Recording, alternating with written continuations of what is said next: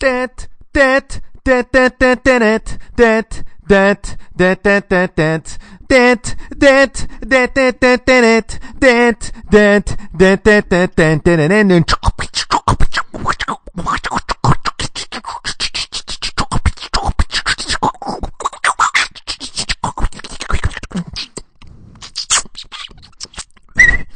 Anyways, that was a happy budgie bird imitation singing the classic Pirates of the Caribbean theme by Hans Zimmer.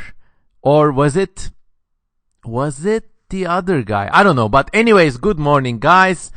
I was just having a silly time, and I was being silly and happy because the budgie was getting ready to celebrate Coronation Day. Yes, we are recording on the 5th of May 2024, and tomorrow King Charles will be crowned in a big and, by most accounts, kind of unnecessary coronation ceremony. Well, it's going to be interesting to watch, that's for sure. I mean, yeah, this current king is kind of has had a checkered past and seems to have some character issues. But on the whole, this whole like coronation debate, royalty debate, whatever, it got me thinking. On one hand, there's no doubting that these royals, they can be kind of like unnecessary and maybe even costly and baroque to upkeep.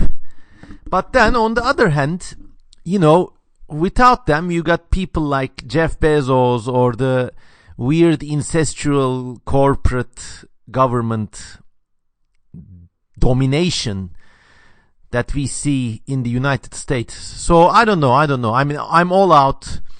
In my country, the monarchy has been abolished since 100 years ago. So I don't care. But then again, sometimes you need people to like mock and laugh at people like Jeff Bezos or Elon Musk or Nancy Pelosi or the Clintons or Donald Trump. You know, you need some people to put these figures down into their place. Otherwise, they just go wild with it, and it's kind of debatable. I mean, make no mistake, yes, royal reigns can be extremely exploitative and awful too, but from the perspective of a man on the street, I wonder, in this current day and age, which one is worse? Maybe they're all equally bad or equally good. I don't know. You decide. This was just my little 2 cents of ideas about monarchy in the present day and age. And yes, this is not the CM Kozman Monarchy podcast, but this is the CM Kozman Answers to Your Questions podcast. And this is basically my version of Super Chats, in which people have asked in the past 2 months questions from patreon.com, and I just have a huge list in front of me, and I'm going through them and answering them one by one. And in doing so, we venture into many side alleys and tangent discussions, which are almost as fun as the answers themselves, just like the little budgie coronation royalty discussion right here. Anyways, if you also want to ask further questions, just follow the links below.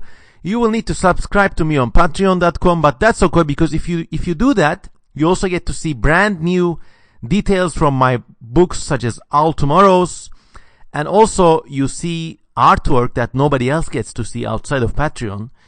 And once you subscribe, you can ask questions on the dedicated question and answer time post, and in due time I will answer them all as well. Okay, let's go. Gerard JVR asks, what are your thoughts on jewelry? Do you consider it an art form? Do you also dislike giant golden chains or jewel encrusted abominations that are simply meant to imply a certain social status? As a jeweler, I recognize there's a fine line between self-adornments and decoration, and trying to impress people with status symbols and measures of wealth. I strive to stay on the side of personal decoration when it comes to designing pieces and taking commissions. Okay, so it's a delicate answer. So, Let's take a little sip of the banana juice before getting into the nitty-gritty. Okay, personally, if you've been following this channel, you'll probably know that I have commented at times on how I do not have a disgust drive. That is to say, like, I could eat a chicken McNugget thrown away by somebody else into trash. I could pick it up and eat that, no problem. I could, wallow in like mud in an industrial runoff lake, no problem. I could touch all sorts of weird, creepy, crawly creatures, no problem. But I have this weird sense of disgust when it comes to things like jewelry, little buttons or beads. I cannot stand the sight of them. I cannot touch them. Like, if I touch them, I physically start retching. I don't know. And like, for me personally, like jewelry on my partner is a no-no. I just can't look at them. I mean, there have been times in my single life when I went out on these dates with these really like beautiful ladies, but because they were wearing a necklace or something, I just couldn't look at them, and it was disgusting. I have this psychological kink. I don't know. It's a kind of weird and quirky aspect of my mind. So personally, I cannot wear jewelry, and it's the only thing I ever ask of my wife. I kindly request her not to wear jewelry when she's around me, which is most times. Anyway, so that's my personal caveat. That being said, I think jewelry is a great art form. I mean, there are some real, genuine artists who really create these wonderful things. And if I look at magnified photographs of these jewelry or decorations, I even have a difficult time saying the name. But if I look at magnified photographs, then I see the true beauty in there. They kind of look like...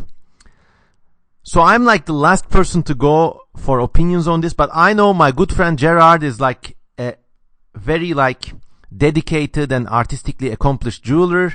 He has commented in the past saying how he listens to my podcasts when he is making, grinding gemstones or like assembling jewelry or pendants or some things. The best I can say is that if these things look like they formed naturally, if they're not too ostentatious, then they're really beautiful. Sometimes, in my personal opinion, heaping them also has a weird attraction of its own. Like, if you remember the old TV series, the A-Team, there was a character in there called Mr. T, an African-American guy, and he always wore like these, like, I don't know, like 3 or 4 kilograms of gold chains, and it looked like body armor. So something like that, I don't know. I mean, for me, it's either go very subtle or go all the way in so deep and so crazy that it gets a kind of original patina of its own. And this is the most I can say about the art of jewelry. I think some like historic jewels look really nice. I don't know, like personally, I cannot, once again, stand even the thought of something that's smaller than a person's finger. So it has to be like at least 5 or 6 centimeters large on one side for me to think even about wearing it. But it's just the thought of like little things touching my chest or like fingers or my ears or neck. Or my wrists. God, don't even get me started about this. I am very sorry, Jared. I am very sorry. Like, I will make this up to you, but I could not answer this question consistently. Alright, moving on. It's my good friend Jakub Bobrovics again. How do you approach selecting colors, he says, when creating paintings or drawings of surreal landscapes or speculative evolution creatures, I guess. So it works 2 ways. When I'm painting in real life with like actual watercolors or acrylics, I just pick and choose. Basically, I try never to have more than 3 colors. And even at that, I want one color to be like a highlight color. So it's like, if I'm using red, blue, and yellow, maybe it's all like different mixes of red and blue. And then maybe yellow is just used to highlight, I don't know, the moon or like the beak of one creature or something. And I mean, I had some disastrous cases where the colors looked so bad that I painted the thing over. In fact, I think many of my surreal paintings, I discard them or paint over them because like mixing colors in real life is kind of hard. But I've discovered that maybe a yellow background with red, black, and white on it, it really works well. Also a dark black or very dark blue background with like sort of neon-y oranges, whites, and yellows, they work well. I mean, paint has a chemistry of it, all of its own, and you really learn it when you're like painting on the go. So there. I mean, some of my best paintings were created with leftover paint. So there. When it comes to digital art, though, I got like a few cheat methods. One, actually, I go to my favorite paintings from like, they could be surrealist painters or historic archaeological artifacts, I don't know. And I use the Photoshop's eyedropper tool to basically pick colors and prepare palettes. In fact, if you support me on patreon.com, I uploaded a big resource drop of these like palettes very recently, so you could go download them. When I'm illustrating a creature, I just steal stuff from similar creatures, but it's not in the sense of stealing color schemes. Like, I don't steal the colors of a parrot and apply them directly onto a dinosaur. Instead, if I'm doing like a large size animal, maybe I look at photographs of rhinoceros or okapis, and then just with the eyedropper tool, pick up average colors. With the eyedropper tool on Photoshop, you could right click on that bitch and choose averages, like 20 by 20 averages, stuff like so. I take average colors of that animal's body, or like average colors of the animal's body where the sun hits it, or the body where it's close to the water. And they're like very subtle color differences there. You could really like make that work. Usually, imagine like you apply one color to the creature's body. Then the underparts are kind of darker. The legs are kind of darker and dustier. And the neck is kind of lighter. And maybe the head is like 10% of a slightly different hue. And the parts which face the light, like the animal's upper back, that is to say, is maybe 5 to 10% lighter. And you could apply it actually apply a very light blue color to describe that lightness. So it's the color of the sky reflecting. And when you do that, the results are always very, very realistic. And I mean, it's fun to do. So nice question. Toby Muhammad asks, hello, Mr. Kozman. A simple question. What do you find most interesting about art itself? Actually, this is a great question. So thank you, Toby. The thing about art is it's, at least for me, never ending. I've always used this term. For me, it feels like a benevolent disease. And heaven forbid, if I was like jailed for some weird crime, maybe, I don't know, I don't care. If I was in jail, I would still like find so much happiness with sheets of paper and just a simple hotel pencil. I would just draw. But of course, in jail, my jailers would probably be sadistic and make a point of not giving me art supplies. So maybe I would draw on the walls with my blood or shit. I don't know. Don't go in jail. That is the thing. But the point remains, art, if you get it the right way, it never ends. Like, I could stop whatever I'm doing and just start drawing. And it feels so good. You feel like, in a weird way, in control of your life. It just feels great, to be honest. It's the most interesting thing about art itself is that it's a never-ending journey. And for as long as I live, I never plan to stop creating. So there. Squidlord asks, what are some of your favorite movies? Oh my god, that's a huge question. But since Squidlord paid his hard-earned money to ask me this question, let me think about it a little. I mean, recently I really like the Dune films.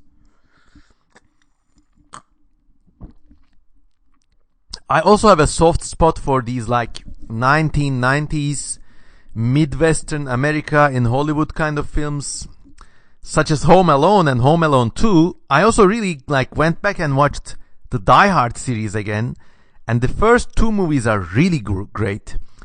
I'm as a broad example, I'm really enjoying the films made between, let's say, the end of the 1970s and then the early 2000s. I think Hollywood had a window there in which it wasn't as overtly corporatized and directors really mattered, and the people working in production were masters of their art and craft. And even though some films are silly, they're actually quite decent and well put together. I mean, some things are formulaic, but never forget, in these years, they were the films that defined the formula. And for the life of me, even the cheesiest 90s movie, I think has more heart and humanity in it than these recent films. Even supposedly, quote unquote, exotic films for example, what was that with Natalie Portman and the alien phenomenon? In this day and age, most films, not all, most films seem to purposefully wring themselves into knots, trying to think about unconventional endings or some originality and stuff, but mostly they really fell short actually. And they come across as cheesy and I mean, if you go back and listen to my film reviews on my channel, I have a lot of gripes about this stuff. The recent remake of Suspiria, for example. If you just to summarize, Suspiria in 1977, it's a great horror film about basically this weird European ballet school and some weird phantasmagorial vampiric goings on in there. And the world of the film is so well together that you really feel that it really captures this sort of dark, weird, Middle European psychogeographical sensibility.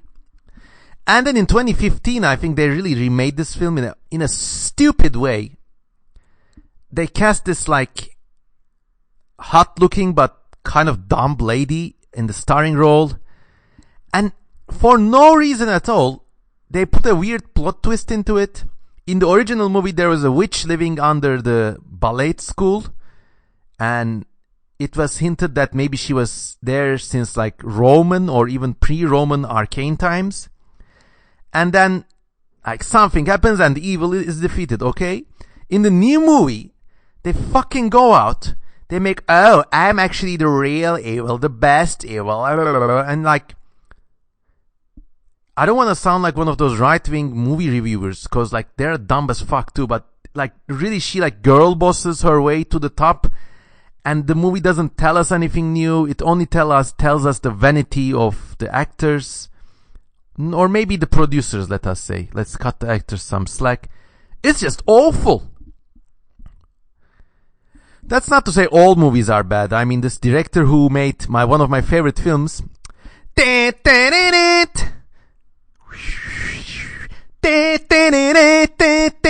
Uncut Gems, starring Adam Sandler. Oh, fuck, that's a breath of fresh air. Same story with other recent films, Denis Villeneuve is a breath of fresh air in a world of stale corporate science fiction. Also, there's this amazing film about, The Triangle of Sadness. It's this European director. Was it Lars von Trier? Oh, I need to Google this shit. Okay, just a second. Old man Kozman, Daddy Kozman the Boomer, has forgotten the name of his favorite film. Okay, so Triangle of Sadness. Oh, the director is Ruben Östlund, so not even close to Lars von Trier. But this was a really nice film, and it's got some neat, like, skating comments on social commentary. I mean, let's be a bit optimistic. I don't want to be like everything modern is terrible. Like some recent TV series, actually, they took up the torch from where Hollywood left off in the early 2010s. And series like Succession, The Sopranos, even kind of cheesy ones like Sons of Anarchy, they're just great. They're really Shakespearean in some ways. They're very well put together in terms of story arches. So there. I think these are some of my favorite movies and TV series. To summarize, some new stuff and a lot of the old stuff seen in a new light. They're great. I also like these like strange, if you even go to YouTube and write Giallo full movie. So in between the 1960s and the 1990s in Europe, a lot of studios produced this really weird, erotic, adventure, action, bloody thrillers. And there are all sorts of weird movies from Spain, Greece, Italy. So if you go to YouTube and just write Giallo full movie, that's Giallo, you see a lot of amazing weird films. And it's a bit like going through the surprise candy store. You never know what you're gonna get, but you always have a good time. So like, this is also my recommendation to you. These European Giallo films, they're really, really neat stuff. Like some of them are cheesy and some of them are just boring, but most are actually extremely original. If you're like a film student, these films really feel fresh. Because this day and age, people studying film have this like fixation with gear and lenses, and like you have to film in 4K or some shit. Or like there's a new amazing camera that's the price of a small second-hand car that you feel like you must get. And you feel like unless you get the best camera and the best sound stuff, you can never make a movie. But actually, if you look at these Giallo films, some of them are shot really terribly. There's no tripods, no equipment, like some are even like handheld sequences down there. But they got the story. And if you're a film student, and deepest lore, I actually studied film for a year and a half in Cornell University in the States. If you're a film student, you can just go out there with a couple of friends, make up a story beat by beat, no script, just write plot points and just film shit. And it feels so refreshing to know that this can be done. I mean, that's why I really like Giallo films. So there. Another question from Sepulcher Art. Just a second. Let me take a bit of vitamin C.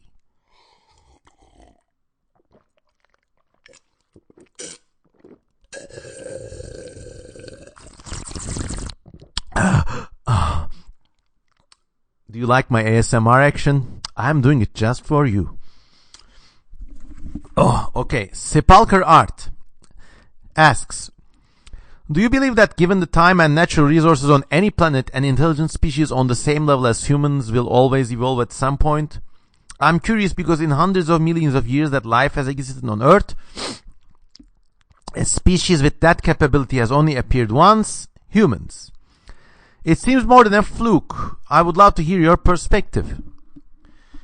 Okay, so yeah, I mean, my answer has some caveats. I think creatures as intelligent as humans are very likely to evolve. I think even in this planet they have evolved more than once.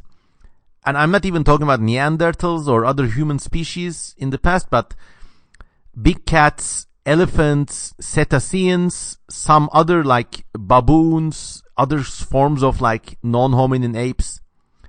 It's clear to see all of these animals, like even like things like raccoons. It's clear to see all of these animals are like, let's say, as smart as a teenager in the present day and age. They can visualize stuff, they can do stuff, Beavers build dams. So even tool use and construction, I think they are very likely to happen. They have happened multiple times now. I think they happened a lot of times in the past too. We just don't have evidence. But when it comes to a civilization like humanity today, there are a few flukes. One of that is the weird system of hierarchy that was made possible by farming. And without farming, humans may just have lapsed back into a sort of like really weird ape and become extinct. Or maybe they would have lasted longer, I don't know. So farming made it possible for people to make all things like ranging from chairs to books or halberds or swords or cannon or sexual gratification toys or chemistry or art supplies. You know what I'm getting at. So that's one fluke. On top of that, like, even if civilization had remained at a medieval level, I guess like it could have happened a lot of times all over the world, all over the universe. I'm sorry. Imagine like there's a bunch of, I don't know, like prairie dog like creatures, and they discover how to farm, let's say, potato like tubers. And so they form these like potato farming societies. They build channels. They have a special caste for digging the channels. And maybe they have like some sort of material civilization, like little carved wooden tools and stuff like that. That's very likely. Things may have remained at that level had it not been for fossil fuels. And like Rome rose and fell, and they could not get at the gist of the fossil fuels. If, let's say, Renaissance civilization and, let's say, the Eurasian civilization after Rome, if they hadn't been able to figure out fossil fuels, there would be no trains, no Victorian age, no petroleum, no American age. I mean, it would still be like, I don't know, people with muskets shooting at each other for thousands and thousands of years before collapsing, and then some new civilization from China or Turkey takes over. What I'm getting at is other planets may not have the fossil reserves for even the most intelligent species to build jet planes or rockets with. They just may not have fossil fuel reserves. So maybe there are a lot of planets out there in the universe where they're caught at the 17, 15 levels of civilization, and they just rise and fall like waves. They maybe do that like 9 or 10 times, and then they go extinct. Who knows? Maybe the same will happen to our species too. The fossil fuels are a very weird thing. If nobody has reserves comparable, like you just don't get to build complicated stuff, you know. You can't have jet planes, you can't have plastics. You can't even have, like, I think, microchips. Without electricity, you can't have advanced electronics. So imagine how much hinges on fossil fuels. And by the way, that's another reason why I believe that while gasoline use in cars might die down, we're never going to be able to, like, unhook ourselves from fossil fuels. Anybody who says otherwise is just, I think, a greenwasher looking for those carbon remittance tax slices from your table. Anyways. So, sepulchre art, my perspective is that I think intelligence is extremely common. Like, it's, I think, maybe even universal. Human level intelligence with imagination and everything. It's very common.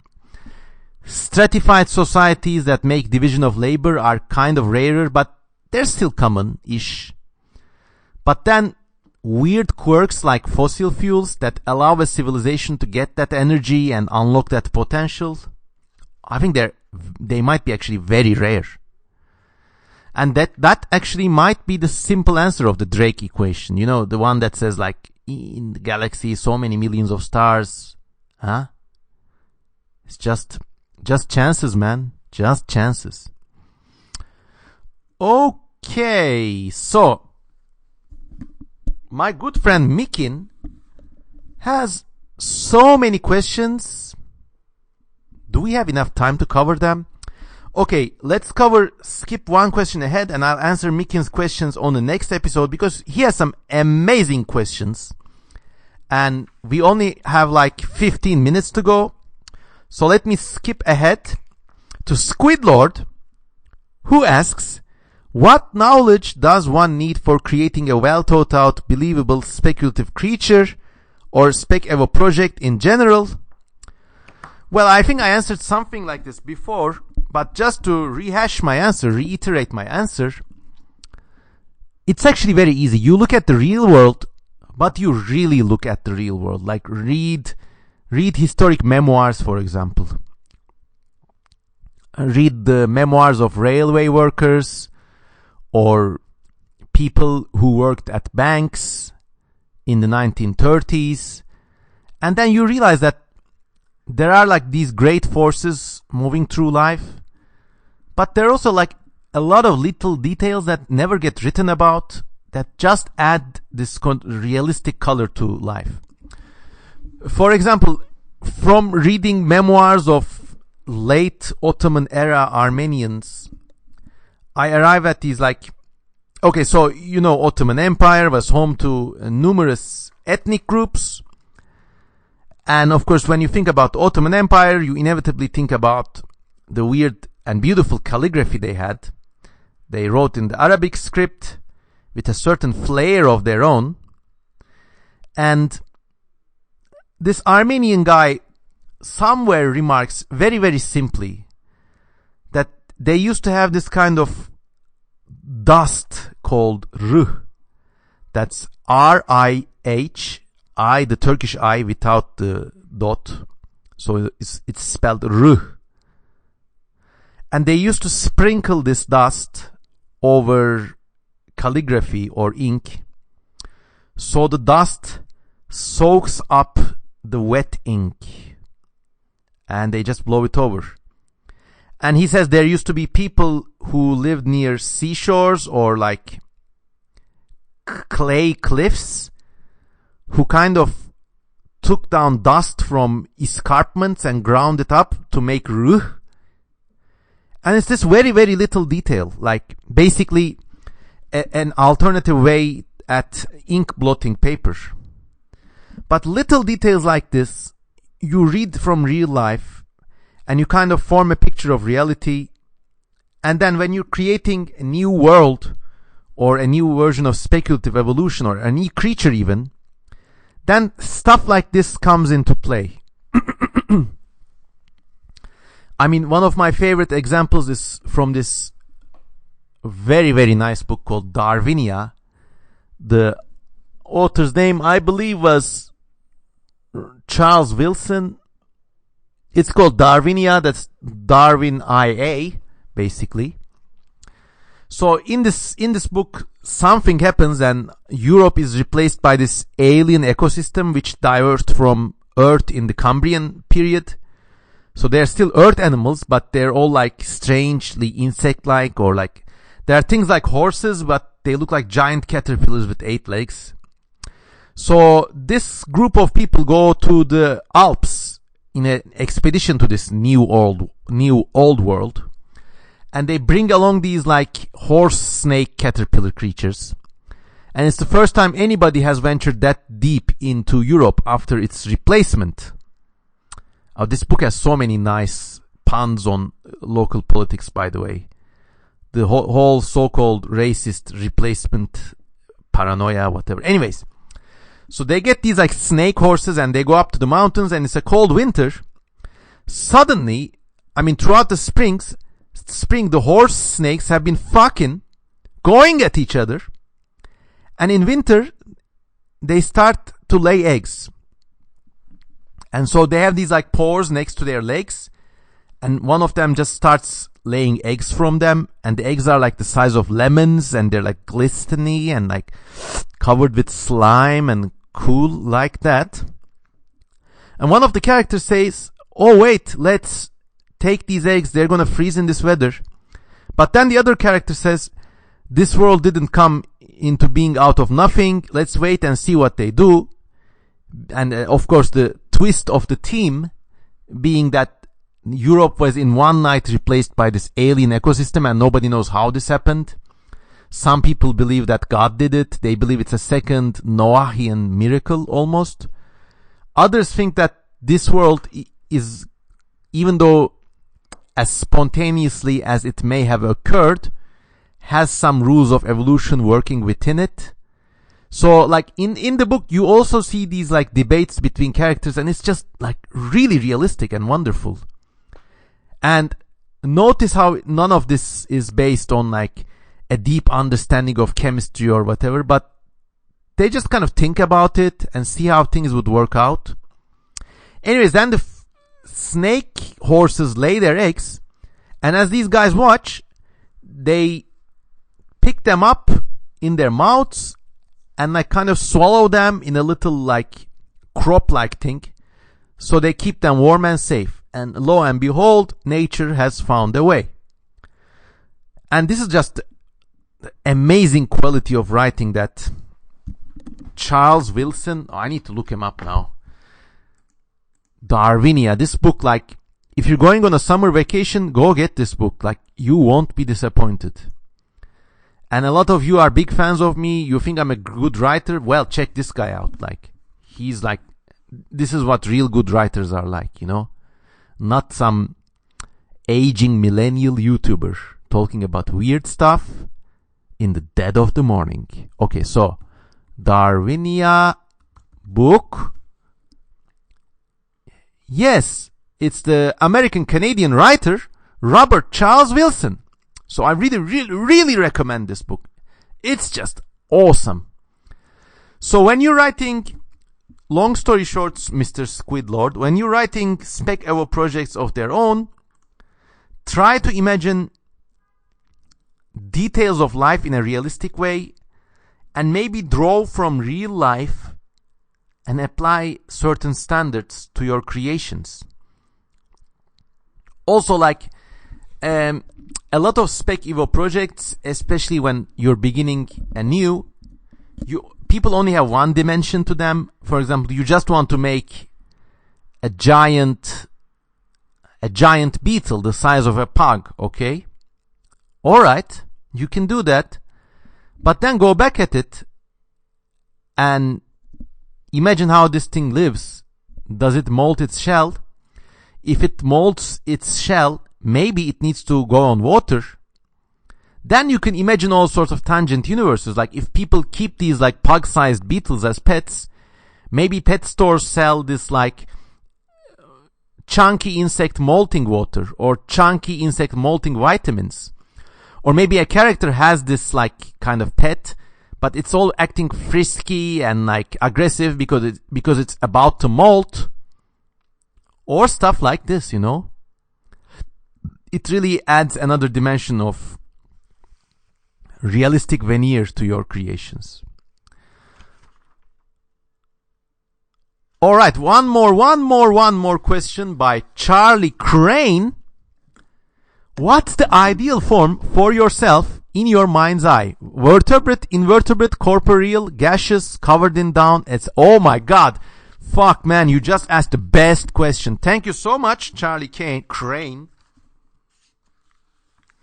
First and foremost, I like myself, I like my body, and I got a lot of weirdnesses. I got scoliosis in my neck. One of my feet is like fallen arches and almost like a club foot and has a kind of protruding thumb. I got a rare form of, thankfully, low-acting Ehlers-Danlos syndrome, which makes my limbs really flexible, but also my back aches if I carry big loads for a long time.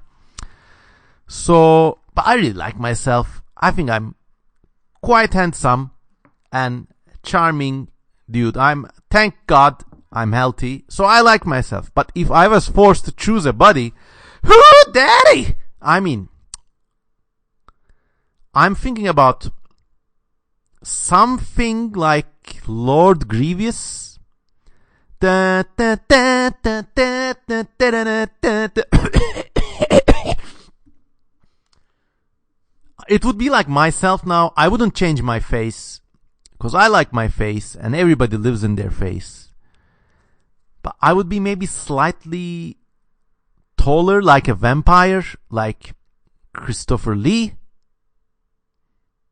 and have maybe a second set of arms folding under my chest. I'd be like really gaunt. Also, Digitrade feet covered with bony shell armor.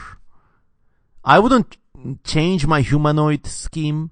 When I was younger, I always wanted to be like something more like an eel or some shit. But now that I'm older and probably more boring, I want to keep like certain humanoid details of myself intact. So then, like, with my current face, but taller, and anything from the waist down and forearms and hands covered with exoskeleton, and forearms, the second pair being actually thinner, but with 2 extra sets of joints coiled against my lower chest.